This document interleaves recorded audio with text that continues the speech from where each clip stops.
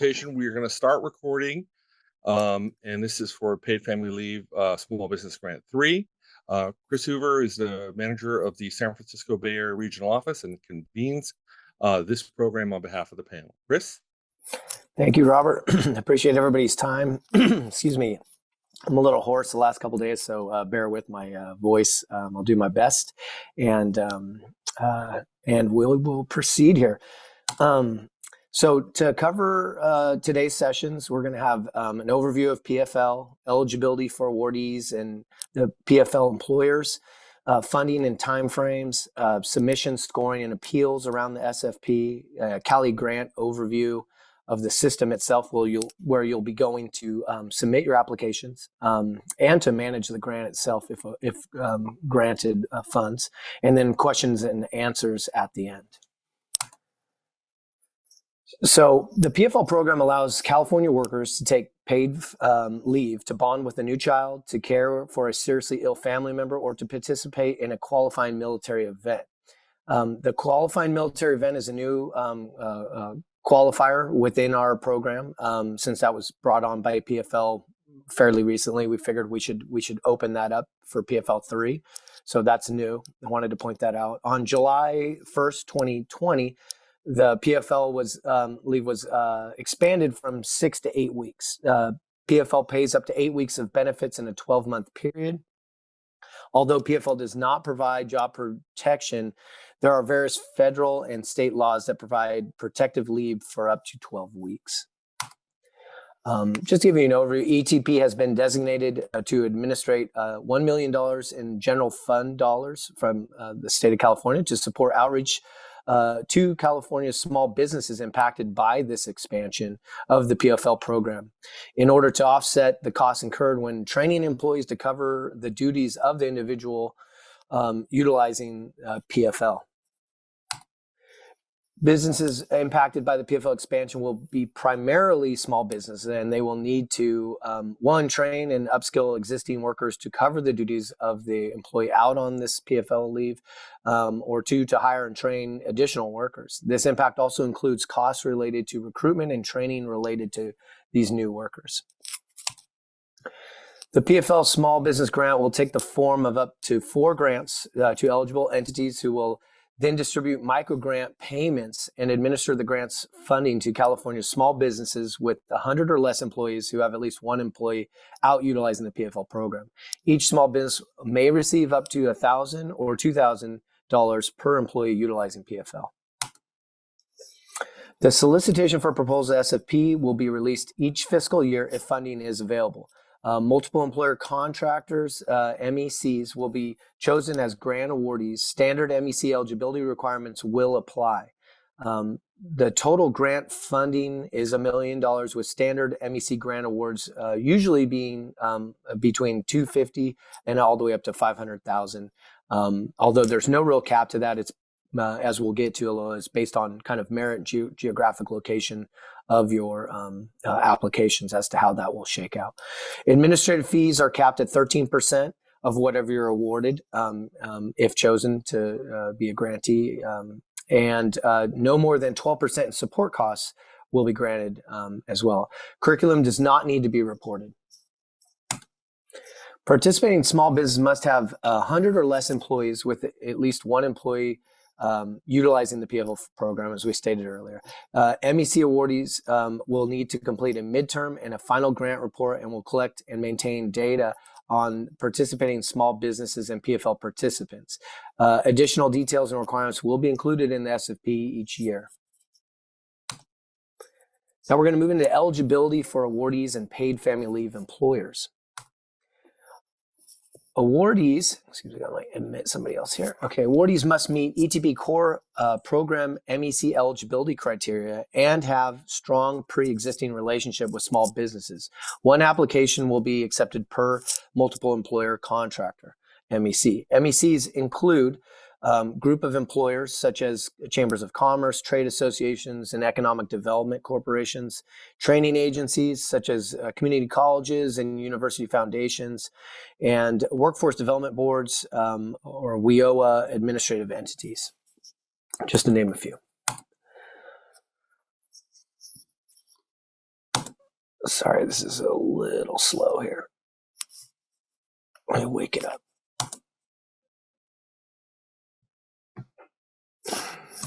Here we go. Sorry about that. PFL small business employer eligibility. So California small businesses with 100 or less employees who have at least one employer out utilizing California's PFL program is what that kind of eligibility would be. Businesses must be registered to do business in the state of California and must be active in an active status with the California Secretary of State office and have an active California employer account number, CEAN. Under which the employees are listed for payroll. Note that small businesses utilizing a professional employer organization, PEO, for payroll services are not eligible to participate. Moving on to the funding and timeframes section of our today's session. Funding and availability. $1 million is available for the PFL Small Business Grant 3, which covers our fiscal year 2023-2024. Grantee award amounts are usually between $250,000 and $500,000 based on demonstrated demand and available funding, as we mentioned on earlier. And also grantees will receive a lump sum for all administrative fees and support costs, that 13% for admin fees and 12% support costs at the beginning of their grant term. The amount is based on an estimated number of individuals utilizing PFL to be served as contained in the grant application, which would be based around that usually within 250,000 to 500,000, or if we only had one application, for whatever reason, we could grant all million to one awardee. But how that lump sum would work in that sense is that's to kind of help you hit the ground running. I have another slide coming up that'll explain this a little bit, what those are intended to be used for. But that would be kind of your first disbursement if you're chosen as a grantee to be able to have funds to set up your intake, to get the marketing and such stuff out. So MEC grant awardees may take a maximum of 13% of their award amount for administrative fees to cover the costs involved in administrating the grant. Examples of allowable administrative expenses include staffing, materials, advertising, marketing, outreach to other workforce partners. An additional 12% support costs are included for this grant. All other grant funds must be distributed to the eligible participating small businesses. Employer payments per individual utilizing the California PFL program. That's either going to be a $1,000 microgrant or a $2,000 microgrant. And if it's, it'll be $1,000 if you're at the kind of larger end of a small business in the state of California, from 100 to 51 employees, or if you're at 50 or less employees, you'll receive, or that eligible small business would receive $2,000 per employee that is out on the using the California PFL program. Employers may have more than one employee utilizing the PFL at any given time. MEC awardees will track and distribute microgrant funding to small businesses as they are signed up to participate in the grant once the number of employees utilizing PFL has been identified. Funding availability. Okay, here's our legal notice. I, like Robert, am not a lawyer or legal person, but if for any reason the funds either do not become available or reduced due to budgeting, fiscal, or administrative reasons, the state of California shall have no liability to pay any funds or furnish any other considerations under this SFP, and no awardee, excuse me, will be obligated to perform any provisions of this SFP.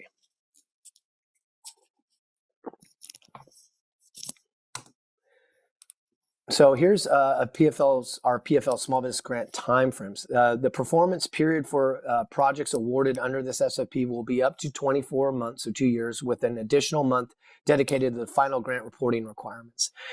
It is expected that the first 1 of 2 months of the project will be used, will be used for grant organization and startup, including the identification of small businesses impacted by the PFL program to participate in the project. So that's kind of where I spoke to earlier, getting that intake set up, maybe a website or whatever the awardee has. That's kind of what we expect to occur in those first couple months. That's why that initial lump sum of 25%, which we label as administrative fees, and the 12% in support costs are forwarded up front to get things going.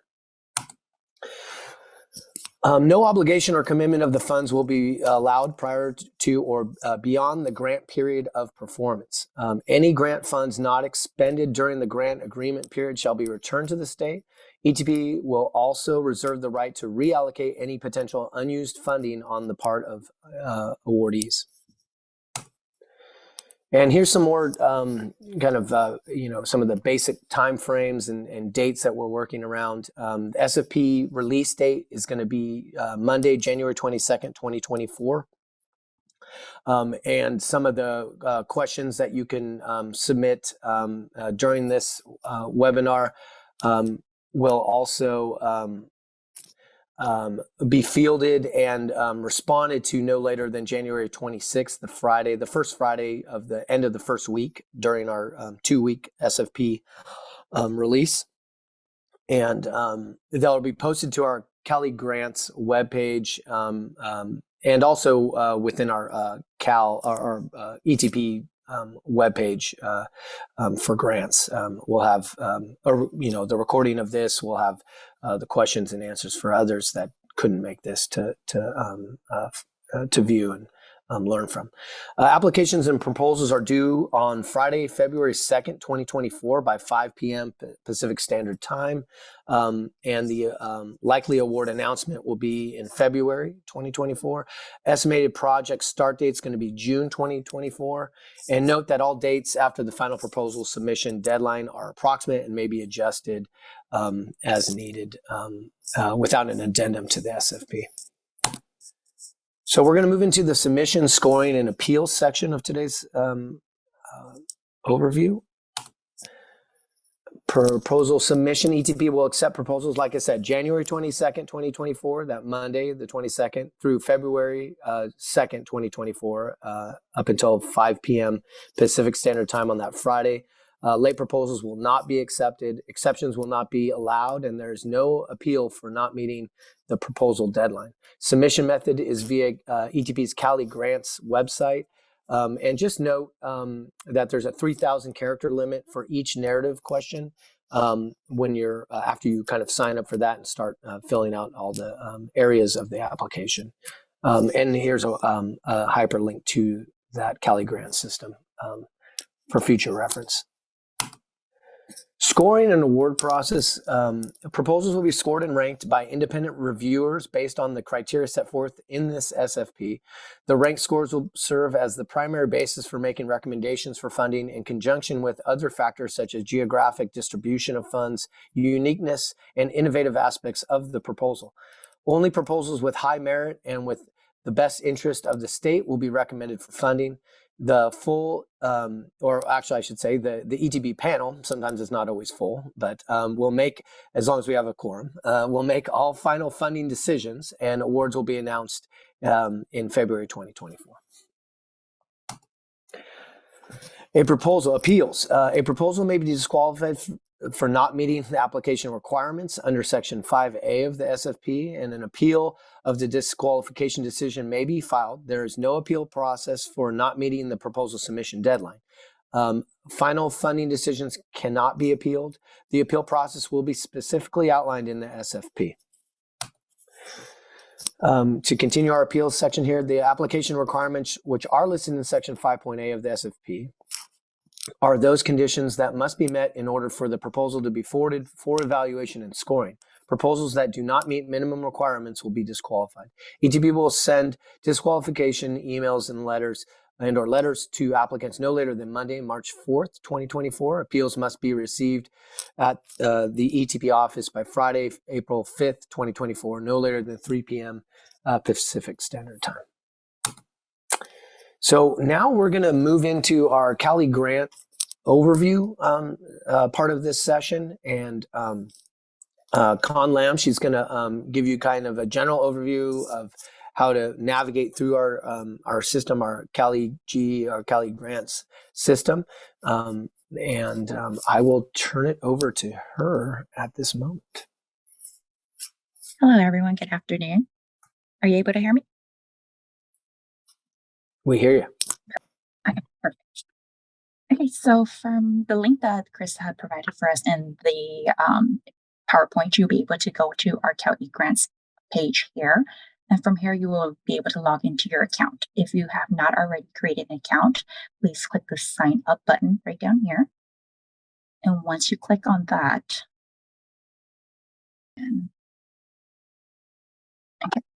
so once you click on the sign up button here, you will fill in all required information to be able to create your account. All of the buttons with the asterisk on it are required field and must be filled in to be able to create your account. And when you click the sign up button, you'll receive an email. And from the email, you will be able to create your password and log into your account. Since I already have one, I will go ahead and sign in. Please keep in mind that this is a staging environment, so all information released here are fake information. Go ahead and sign in here onto my account.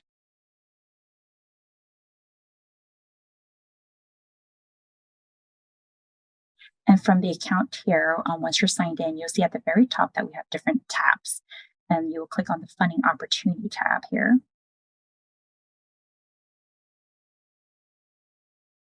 Once you click on Funding Opportunity, you will automatically be displayed the Recent View tab. If you haven't signed on before, you just go ahead and click on either All Funding Opportunity, or in this case, ETP Funding Opportunities, to locate the fund that you're trying to apply for. Right now, we're trying to apply for the Paid Family Leave 3. Please keep that in mind. It will tell you when it is accepting applications or if they are closed. So right now, since this is a staging environment, it does show that it is accepting applications. On this main page here, you will get all the detailed information that you would need for this grant. And if you click apply here, you will be able to apply for this application. If for some reason you had already started an application, once you click on this button, it will tell you that you have an application ongoing, and it will create a link for you to go to your ongoing application.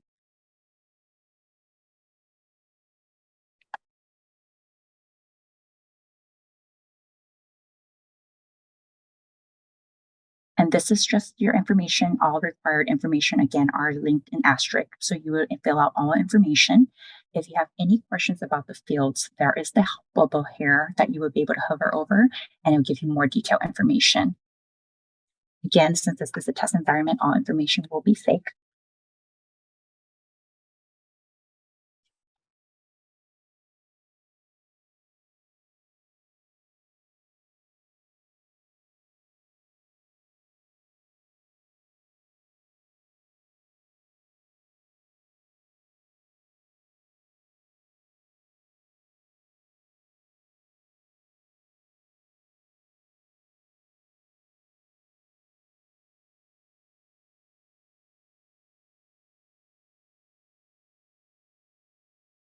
If for any reason any fields are missing, you will be aired out. So please remember to fill out any required information here and sign your information down here to authorize yourself. Once all information has been completed, you will click the Save button. And your application would have been created, and you will be taken to your cover page. On this cover page, it will again transfer all the information you had just inputted onto this page. If for any reason there was any incorrect information that was put there, you would just click on this pencil button here, and you'll be able to edit that information. Once this information is complete and all information has been confirmed to be accurate, you would again just save that. And in order to move on to any of the other fields here, you would have to click on this I agree tab here to acknowledge. If you click on that before, you will not be given any information, and the fields will be blank and you will not have access to them. So once you click on I agree, it will confirm your agreement. And from here, you will be able to move on to your next tabs. And for fairness, we will not go into the narrative tab just because we do have the narrative questions listed there. All of that will be available when we open on Monday, and you'll be able to see the questionnaires there. But again, please keep in mind that the narrative sections are a 300 character limit. So if you're inputting anything above that, you will be aired out, and you would have to make the corrections there. I also want to notate, since we aren't able to show you, I took a screenshot of the information I am able to share. Again, it tells you the 300 character limit right up here. We do not want to copy and paste any information into the text boxes. And once the fields are completed in the fields for each narrative, you do have to select the save button for the information to save into the system. If you do not click that save button, it will not register the information that you put in. Once that's complete, you will move on to your budget allocation.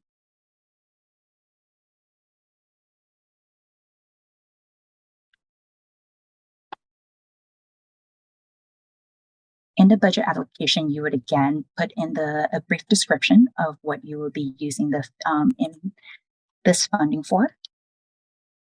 And there is that, again, requirement that this must be 13% or less, and the support funds must be 12% or less.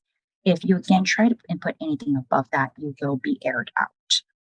And you will get this error up here that it must be less.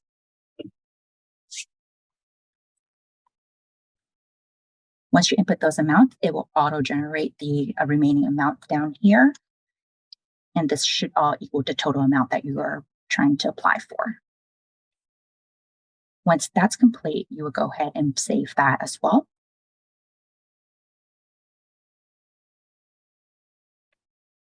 And then you will move on to your Documents tab.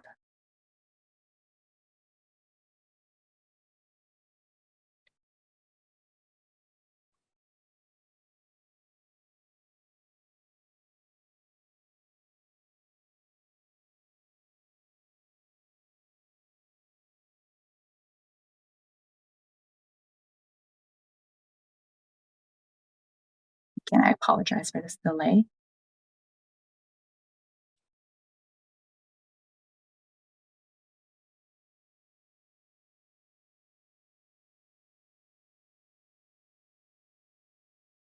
Okay.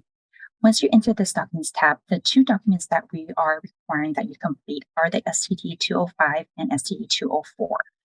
For these, you would just go ahead and click the upload button and upload those files into here. We do accept all file types, so you can be a PDF file or a Word doc file.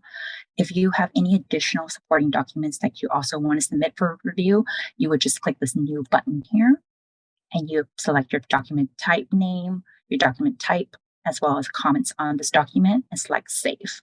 Once you save there, you will then be able to upload the file for yourself. Once all of this is complete, you would submit this submit button up here. Once you submit the submit button, if any of the information is missing, you will get an error tell you where it's missing information. I will not be selecting that at this very moment, just because it will again show that the narrative is missing and the narrative questions will be showing. So we will skip over that part, but to submit your whole entire application, you do have to submit this button. If you would like to print view your application, you can definitely click on that and you can have a print version of your application as well as an overview. And after that, your application will be submitted for review. Yes, thank you, Con. Appreciate that. No. Let me stop sharing here.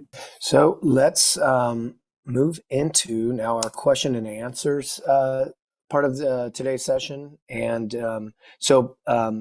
actually, I have a slide up that's kind of related to this. I wanted to kind of speak to also around when we will have our ETP website, which this first hyperlink is will take you to. That's going to have kind of support documents, SFP related documentation, and all this stuff will be put up on our website. Cali Grants website link is provided down here. That Con just kind of walked us all through, and then I wanted to. Upon the release on January 22nd. We'll have some support from the Cali Force unit, the command center, Cali Force Command Center for technical assistance. And we're also working on scheduling out the very least, a couple days at the end of the SFP on the February 1st and February 2nd, the last 2 days, that Thursday and Friday, to have live sessions.